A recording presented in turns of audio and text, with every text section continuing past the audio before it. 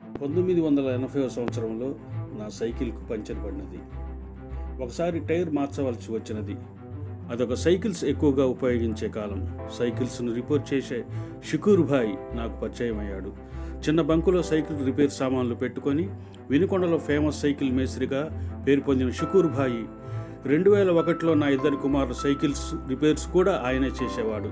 కాలక్రమేణా సైకిల్స్ యుగం అంతరించింది. ప్రతి ఒక్కరూ మోటార్ సైకిల్స్ వాడుతున్నారు.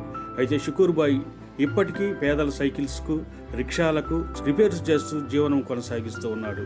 ఒక సెలవు రోజులో షుకూర్ భాయ్ని గుర్తు చేసుకొని నేను, నా పెద్ద కుమారుడు, జాషి ఫౌండేషన్ ఫౌండర్ ప్రదీప్ చంద్ర షుకూర్ భాయ్ ఇంటిని వెతుక్కుంటూ వెళ్ళాము. ఆయన చాలా కాలం తర్వాత మమ్మల్ని చూసి చాలా సంతోషంగా తన ఇద్దరు మనుమలతో చిరునవ్వుతో ఆహ్వానించాడు. కొంతసేపు ఆయన యోగక్షేమాలు తెలుసుకొని కొంత సమయం ఆయన ఇంట్లో గడిపిన